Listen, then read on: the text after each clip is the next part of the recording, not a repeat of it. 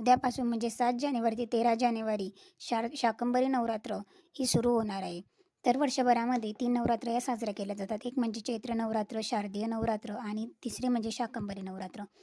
चौथी गुप्त नवरात्र आहे, पण गुप्त नवरात्राबद्दल आपल्या सर्वांना जास्त काही माहिती नाही आहे. तर या 3 नवरात्र मोठ्या उत्साहाने, मोठ्या भक्तिभावाने आपण साजरा करत असतो. आई भगवतीची कृपा कशी प्राप्त करावी किंवा आशीर्वाद कसा प्राप्त करावे यासाठी नवरात्र साजरी केली जाते. तर ह्या नवरात्रामध्ये तुम्हाला कोणत्या सेवा करायची आहे, जेणेकरून आई भगवतीचा आशीर्वाद आपल्यावर राहील व शाकंभरी देवीचा सुद्धा आशीर्वाद तेवढ्याच जास्त प्रमाणामध्ये आपल्यावर राहील. आपल्या घरामध्ये सुख, समाधानी, संस्कृती राहील असा फुल ब्लॉग आपल्या चॅनलवर अपलोड झालेला आहे.